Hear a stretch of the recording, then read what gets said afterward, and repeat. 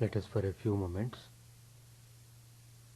meditate on Sri Ramakrishna and pray for peace and joy of the whole humanity. Shanti Shanti Om Tat Sat. Om Stapakaya cha dharmasya sarvadharmasvarupine Stapakaya cha dharmasya sarvadharmasvarupine Avadaravarishthaya Ramakrishna te namaha Asato ma sadgamaya Tamaso ma jyotirgamaya Mrityorma mritangamaya Om Shanti Shanti Shanti. Let us offer our salutations to Sri Ramakrishna, the embodiment of all religions, the Supreme God Incarnate. Let us pray to Him to lead us from unreal to the real,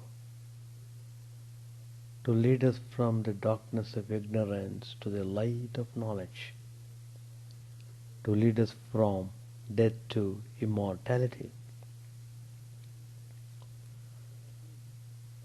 We have been studying Sri Ramakrishna's teachings taken from the Gospel, dealing with the topic Sri Ramakrishna's profound wisdom. Sri Ramakrishna, he represents universal Hinduism. The message of the universal Hinduism is the message of the Upanishads. And Sri Ramakrishna demonstrated through his life how those teachings of the Upanishads are relevant and how they could be realized in the human life.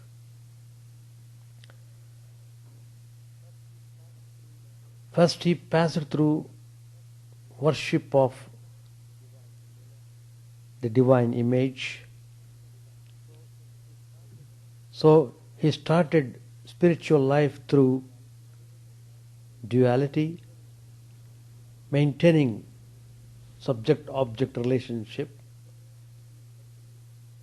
He considering himself as the child, devotee, and the Divine Mother of the universe as the Supreme Godhead. And just he concentrated on the theme, and finally he realized, got the vision of the Divine Mother, felt immensely that the whole universe is enveloped by her consciousness. All the beings in the universe are her own children.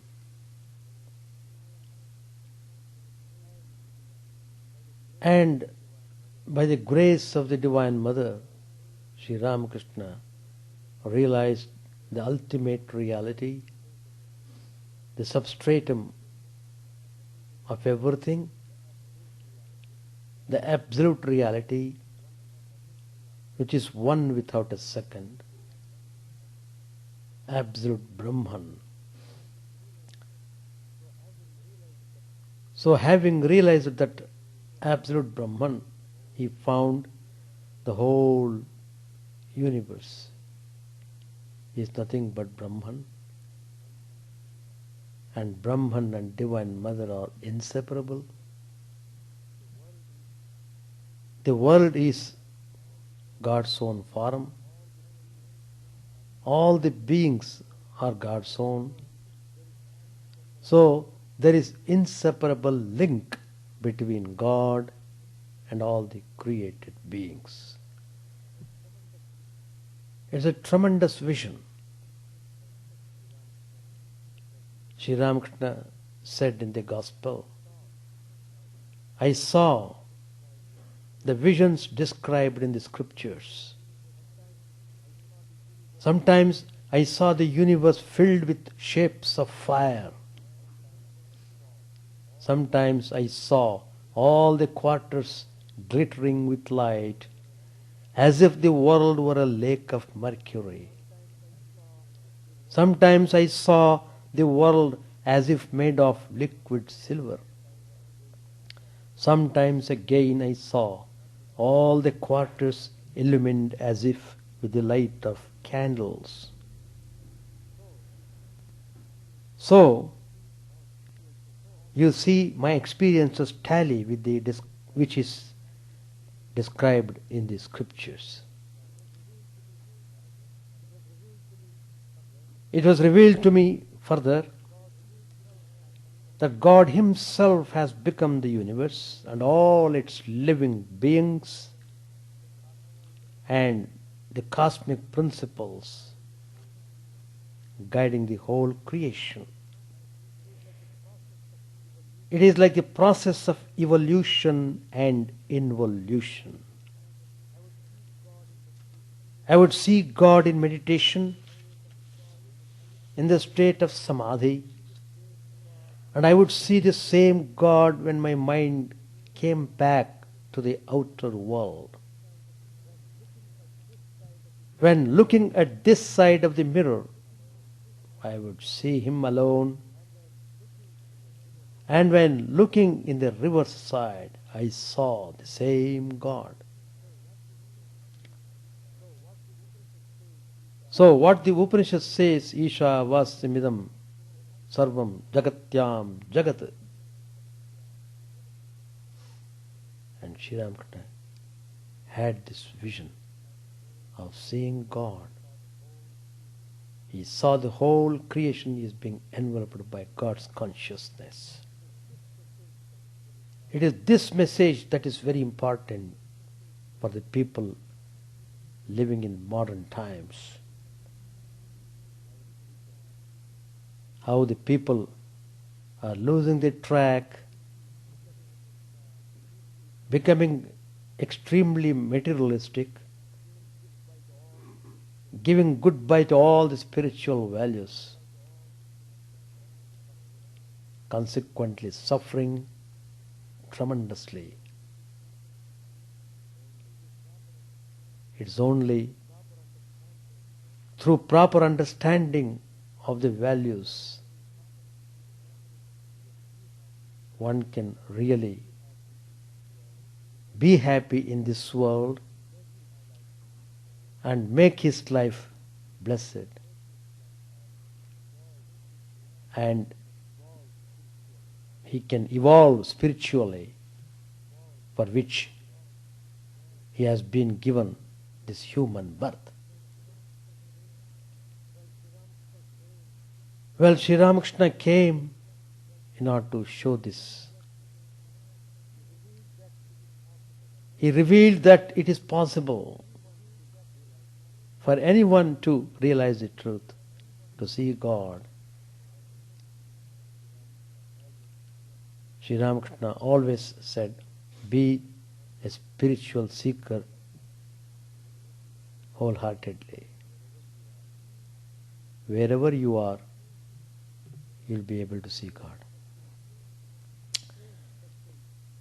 The same message we see in the Upanishads. In the famous Kathopanishad, there is a verse, Agnir Yathaiko Bhuvanam Pravishto Rupam Rupam Pratirupo Bhava.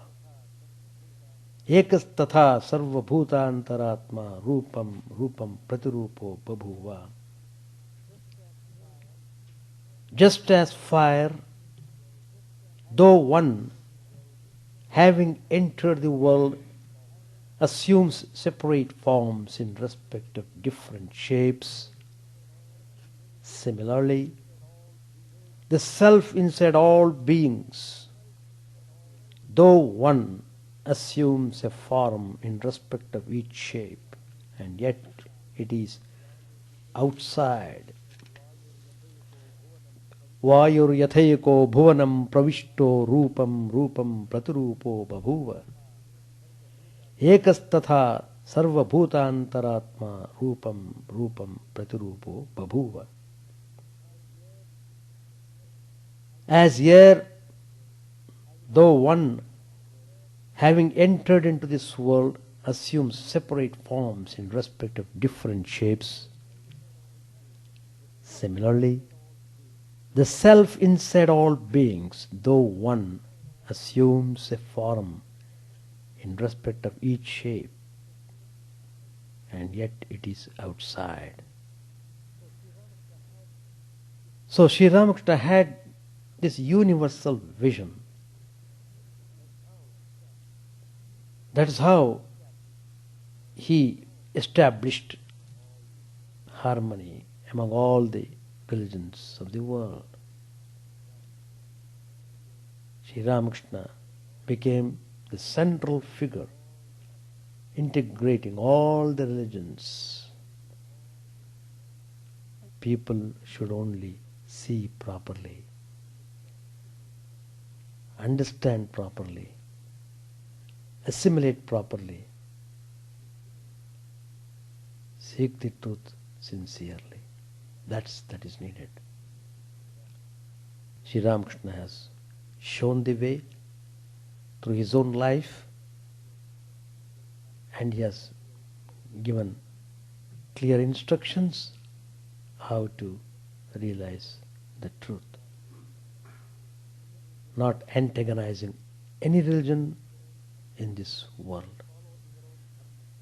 Just follow your own dharma and don't stop till you realize the truth. Swadharmo nishthaha. Be devoted to your own practice of religion. But don't waste time diverting the mind in any other way. Just concentrate fully in realizing the truth. Then you will see how the God whom you have approached through your own religion is the same God present in all the religions. It's a profound teaching of Sri Ramakrishna, how he integrated all the religions of the world in practical life. People do think of interfaith, but they are only talking. But talking is good, provided you put it in action. Talking and action must go together. Then each will help other.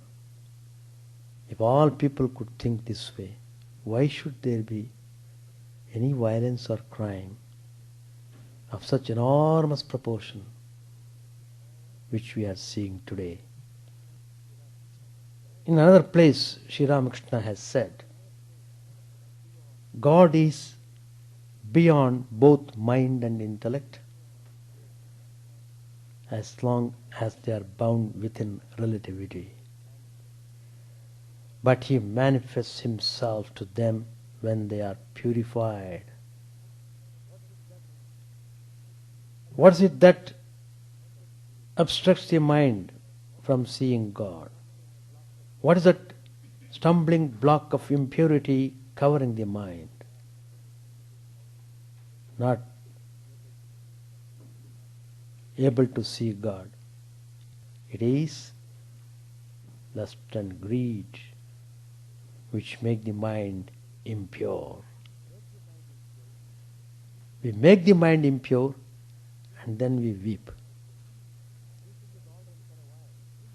Weeping is all right for a while, but try to remove that impurity. There lies your effort, there lies your zeal. So long as ignorance reigns in the heart, the mind and intellect can never be pure. Ordinarily, mind and intellect are known to be different from each other, but in their purified state they become one and are resolved into Chaitanya, pure consciousness. Then God, the Chaitanya, becomes manifest to the Chaitanya. The embodied soul becomes free of its embodiment, of his bondage, and realizes his unity with the Supreme Soul. That's what Sri Ramakrishna realized when he practiced Advaita. His individual soul rising very high up transcended the region of forms, names and forms, entered into a state of formlessness and just immersed in the ocean of bliss. That is a state of supreme joy, infinite joy, unlimited joy. And so, when he descended from that high state of Advaita, the same God consciousness he could see in all the creatures, in all the beings, both animate and inanimate. Everything was lovable. He could see God in and through everything. So, the floodgates of love opened in his heart, tremendously loving and compassionate. Sri Ramakrishna was pouring his experiences, spiritual ideas, into the hearts of the devotees who were sincerely seeking spirituality, spiritual life, spiritual ideal. There's a verse in the Kathopanishad, again I am quoting, how it just coincides with Sri Ramakrishna's experience. Yesha sarveshu bhuteshu gudot atma na prakashate drishyate tvagreya buddhya sukshmaya sukshmadarshibihi. He, the Purush, is hidden in all beings, referring to Paramatma, and hence he does not appear as the self of all, because he is hidden. But by the seers of subtle things, he is seen through a pointed and fine intellect. In another place, Sri Ramakrishna says, the Sandhya merges in the Gayatri in Om, and Om in Samadhi. It is like the sound of a bell, tom. When you ring the bell, tom, like that it gives. The yogi, by following in the trail of the sound, Om, gradually merges himself in the Supreme Brahman. The sound Om gradually merges in the Supreme Brahman. A man is firmly established in spiritual life when he goes into Samadhi on uttering Om only once.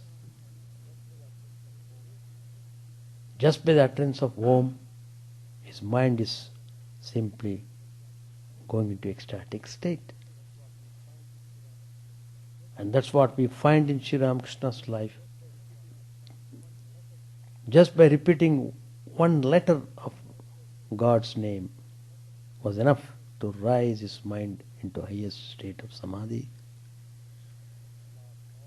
And he would lose all outer consciousness. There's a famous text called Gaudapada Karika which says, Pranavo hyaparam brahma pranavascha parasmritaha apurvo nantaro bahyo naparaha pranavo vyayaha. Om is surely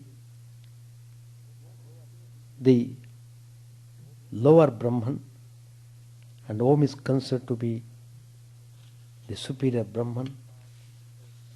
Om is without cause, without inside and outside, and without effect, and it is undecaying. Sarvasya pranavo hyadi madhyamantastataivacha evam hi pranavam gyatva vishnute tadanantaram. Om is indeed the beginning, middle and end of everything. Having known Om in this way, indeed, one attains immediately identity with it. Amatro nantamatrascha dvaitasyopaşamaha shivaha omkaro vidito yena samnir netaro janaha. The Om without measures and possessed of infinite dimension is the auspicious entity where all duality ceases. He by whom Om is known is the real sage, and not so is any other man. In another place, Sri Ramakrishna says, God alone is the master, and again, he is the servant. This attitude indicates perfect knowledge. At first, one discriminates not this, and feels that God alone is real and all else is illusory. Afterwards, the same person finds that it is God himself who has become all this, the universe, Maya and the living beings. First negation and then affirmation. This is the view held by the Puranas. Sri Ramakrishna gives the example of bell fruit. A bell fruit, for instance, includes flesh, seeds and shell. You get the flesh, but it's caught in the shell and seeds. But if you want to know the weight of the fruit, you can't find it if you discard the shell and seeds. Just so, one should attain Satchidananda by negating the universe and its living beings, but after the attainment of Satchidananda, one finds that Satchidananda itself has become the universe and all the living beings. It is of one substance that the flesh and the shell and seeds are made, just like butter and buttermilk. First of all, reach the indivisible Satchidananda, and then coming down, look at the universe. You will then find that everything is its manifestation. It is God alone who has become everything. The world by no means exists apart from Him. When you realize this way, you will have tremendous respect and love towards the world, because God is manifesting in the form of the world. So you'll be overwhelmed by love. That's why you try to reach the people who are suffering and give them the spiritual happiness. So one should struggle to realize the reality, that all the doubts will be clarified, and one will really understand the significance of the creation and how man is born on this earth, not for simply enjoying the pleasures of life and spending all your valuable human energy. It is meant for spiritual evolution. You are born in this world to evolve spiritually. Well, so many factors come on the way. You are not able to make any progress spiritually. On the other hand, we are going in a wrong direction, going more and more towards unreality, suffering more and more on the way. But why suffering comes? Suffering constantly comes because it warns you every moment. Suffering is a warning. Hey, you are going in a wrong way. That's the indication of the suffering. But very few people understand the significance of suffering.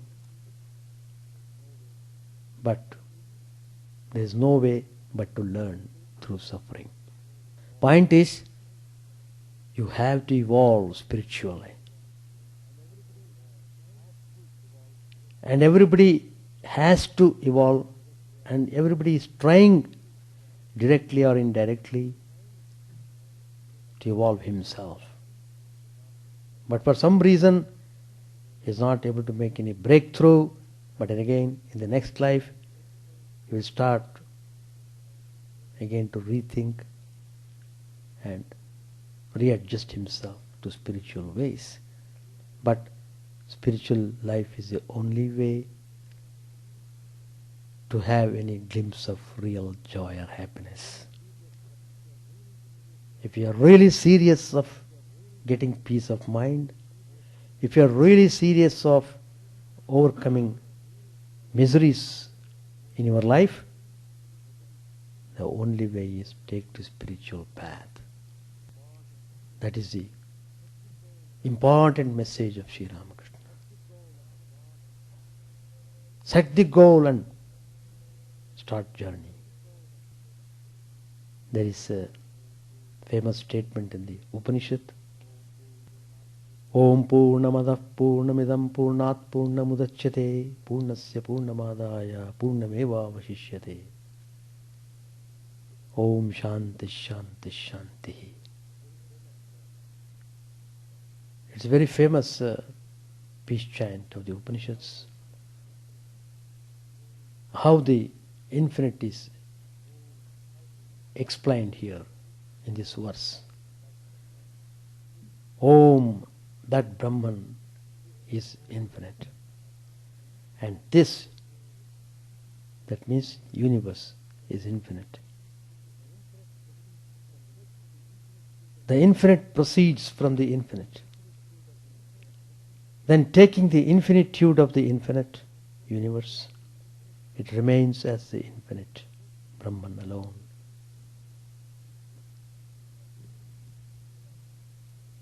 One who realizes this, he will be well established in peace. And in another place, Sri Ramakrishna says, in Kali Yuga, how difficult for the person to do any spiritual discipline. It's almost impossible.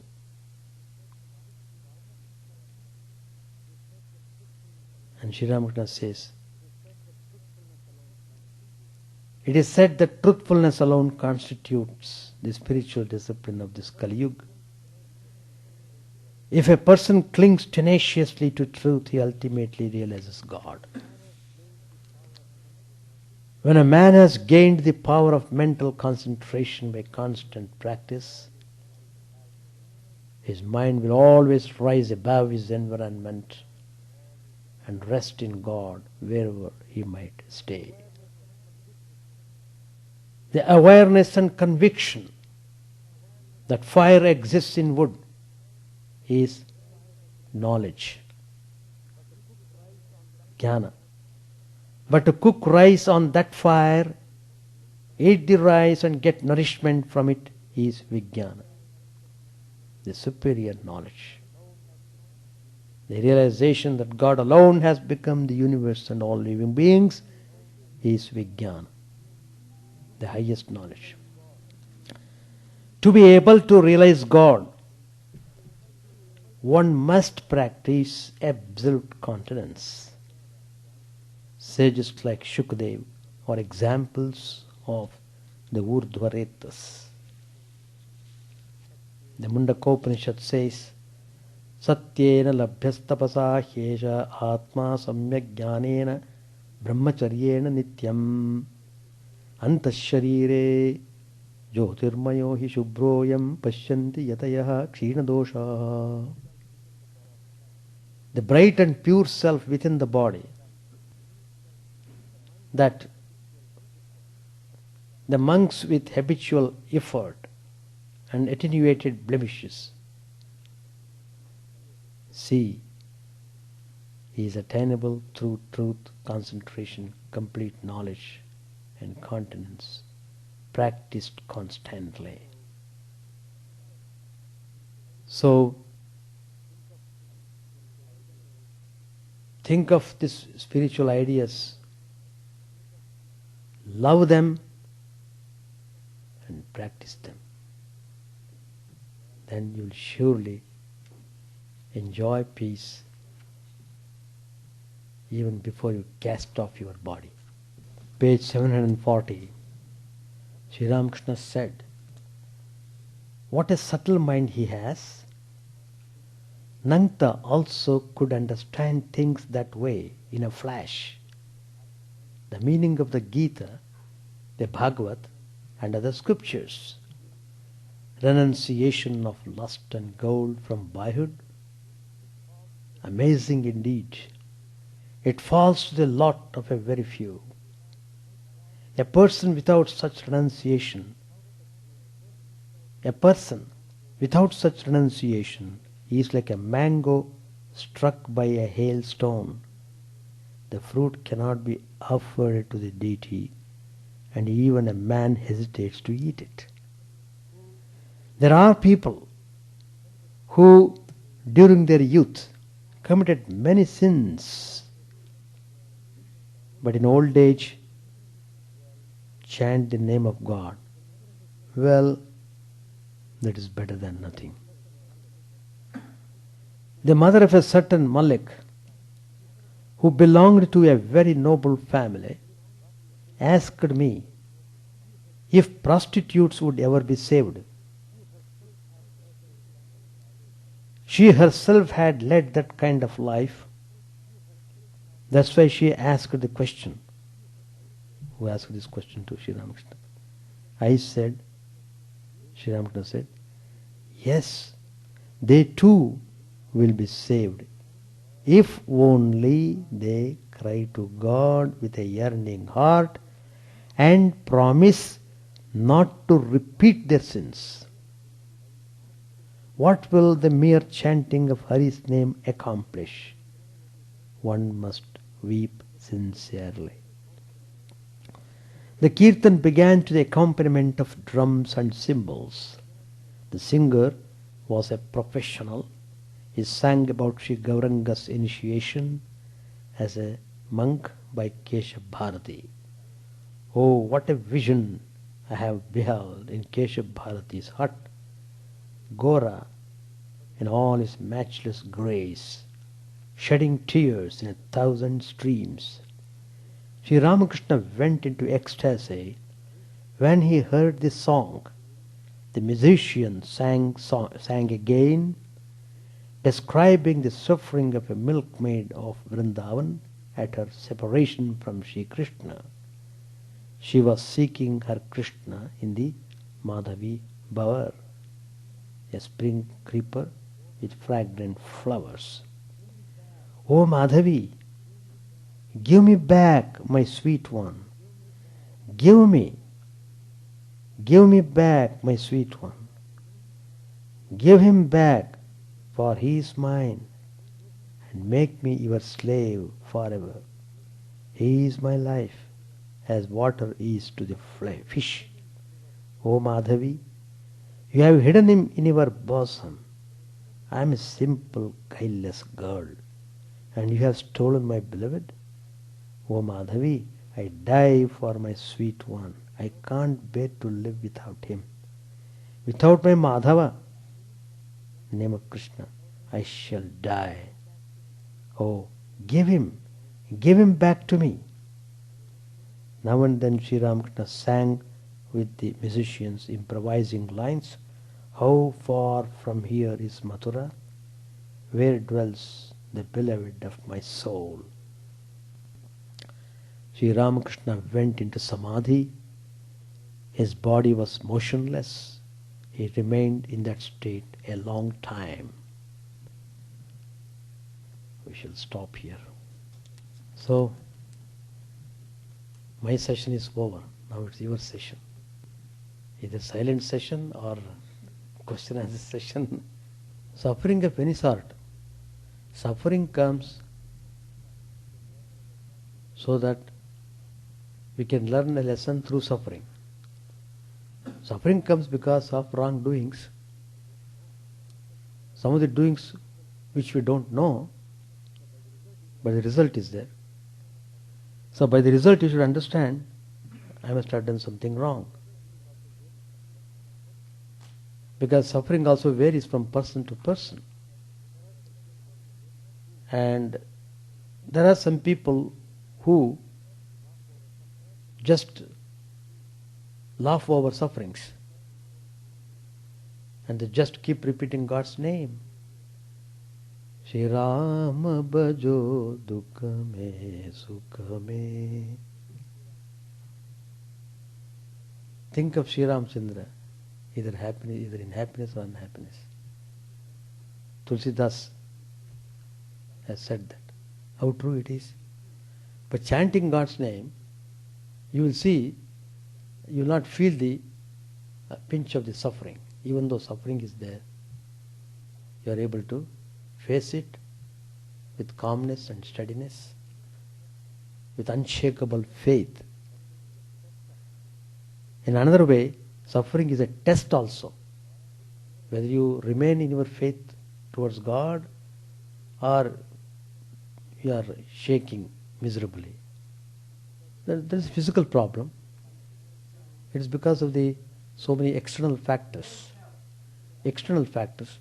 So you have to analyze this happening because of this. So I should not worry. But take what needs to be done. That's all. So there's the value of duty. Now there is some suffering.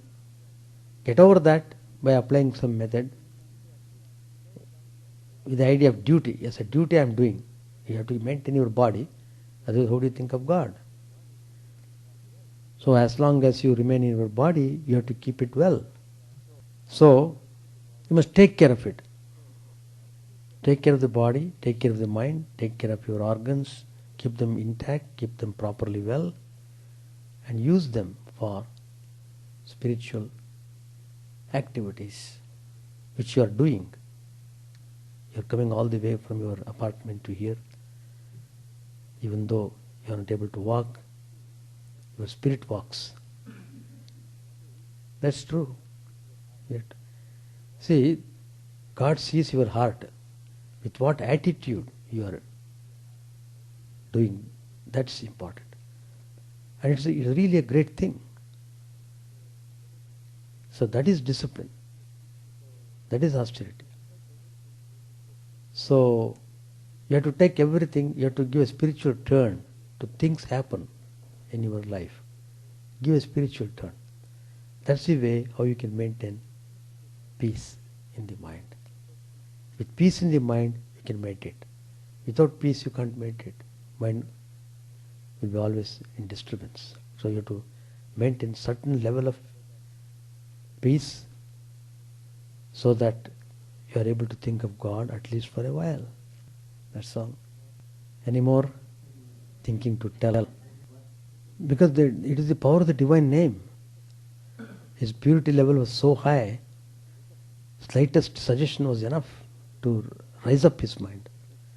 Just as a worldly man's mind, just by seeing something, his mind suddenly slips down. It's quite opposite. In Sri Ramakrishna, anything spiritual, just like a spark, immediately it engulfs the whole personality. The moment he realizes, he is already in ecstatic state. Because his mind was well established in that high transcendent state, with great difficulty he would come down in order to teach the devotees. So, but in order to enjoy the glory of God, he would ask the devotees to sing. And not only that, it also provides an atmosphere. That's why we always, for any program, we always chant some hymns, stotras and bhajans. It creates tremendous atmosphere. The whole atmosphere becomes serene. But you have to do it properly. Doing properly is very important, whatever you do. Then it has got its value, it has got its effect. And people feel that effect also. For example, Millennium Program. Whole program, how everybody enjoyed it in a nice way. Not that they were praising, no. They felt tremendous spiritual vibrations. Because the bhajans and talks, they were all directing their mind, towards the reality, and they would feel that how true it is. And all the people have come all the way from their homes, Friday to Sunday. They were all under the shelter of Sri Ramakrishna in Ganges. That's a great thing. Those 3 days, directly they were under the charge of Sri Ramakrishna. That's the amazing thing. I myself felt so happy. No, it is no. That is because the innate nature is spiritual. Their innate nature is divine. But what happens is, it is suddenly rising up without any preparation. So it suddenly drops back. That is the dangerous thing. That is the danger of the worldly man raising his mind and the spiritual man raising his mind. In spiritual man raising his mind, there is no fall. In worldly man raising his mind, he can only stay temporarily. Just that. Immediately slips down and he rashes, he does all sorts of things. That emotion. So, that's the thing. But it gives you an idea, but you have to establish yourself in that experience. In order to do that, you have to practice in a regular way, systematically. Then you'll be able to retain. Others, even though you may have that experience, for a while you will enjoy, afterwards you complain, "Oh God, I am not ready, my family is there, my wife is there, children are there, please take it back." You have read in the Gospel, Vaikuntha Sanyal, how he was shouting. And though he enjoyed that ecstasy for a while, for a week, afterwards he could not stay in that state. Then he began to cry, "Please take back, take back, take back, I am suffering." Then he took back really enjoy the peace of mind that you get through spiritual experiences. Your whole outlook will change. If you are practicing in a proper way, the whole outlook, everything looks spiritual to you. Nothing is worldly. You will get that state. That's tremendous. Has got some comments or no, in the gospel it is there. Last days, Sri Ramakrishna Kalpatru Day, his last chapter is that one only. Great Master. In Great Master. I think it's also, it must be here, I don't know. After the passing away, this one chapter. That's a very good chapter. You can read after the passing away. How they all felt. Any more question? All right, we'll stop. How to cross this vast snare of the world? We will show you the method. You can cross over nicely.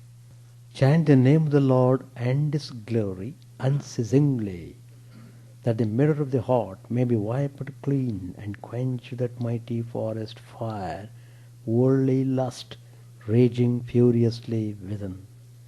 O name, stream down in moonlight on the lotus heart, opening its cup to knowledge of thyself. O self, drowned deep in the waves of his bliss, tasting his nectar at every step, bathing in his name that bought for weary souls. Various are thy names, O Lord, in each and every name thy power resides. No times are set, no rites are needful for chanting of thy name.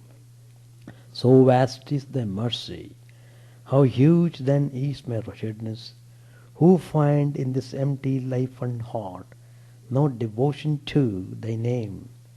O my mind, be humbler than a blade of grass. Be patient and forbearing like a tree. Take no honor to thyself, give honor to all. Chant unceasingly the name of the Lord. O Lord and soul of the universe, mine is no prayer for wealth or retinue, the playthings of lust or the toys of fame. As many times as I may be reborn, grant me, O Lord, a steadfast love for thee. A drowning man in this world's fearful ocean is thy servant, O sweet one. In thy mercy consider him as dust beneath thy feet. Oh, how I long for the day when an instant's separation from thee, O Lord, will be as 1,000 years, when my heart burns away with its desire, and the world without thee is a heartless void. Prostrate at thy feet let me be, in unwavering devotion, neither imploring the embrace of thine arms, nor bewailing the withdrawal of thy presence, though it tears my soul asunder.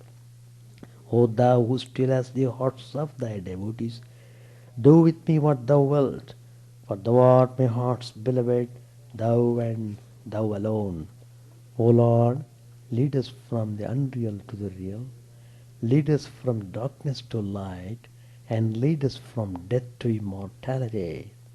May all be free from dangers, may all realize what is good, may all be actuated by noble thoughts, may all rejoice everywhere, may all be happy, may all be free from disease, may all realize what is good, may none be subject to misery. May the wicked become virtuous, may the virtuous attain tranquility, may the tranquil be free from bonds, may the freed make others free. May good betide all people, may the sovereign righteously rule the earth, may all beings ever attain what is good, may the worlds be prosperous and happy, may the clouds pour rain in time, may the earth be blessed with crops, may all countries be freed from calamity, may holy men live without fear. May the Lord, the destroyer of sins, the presiding deity of all sacred works, be satisfied, for he being pleased the whole universe becomes blissed. He being satisfied, the whole universe feels satisfied.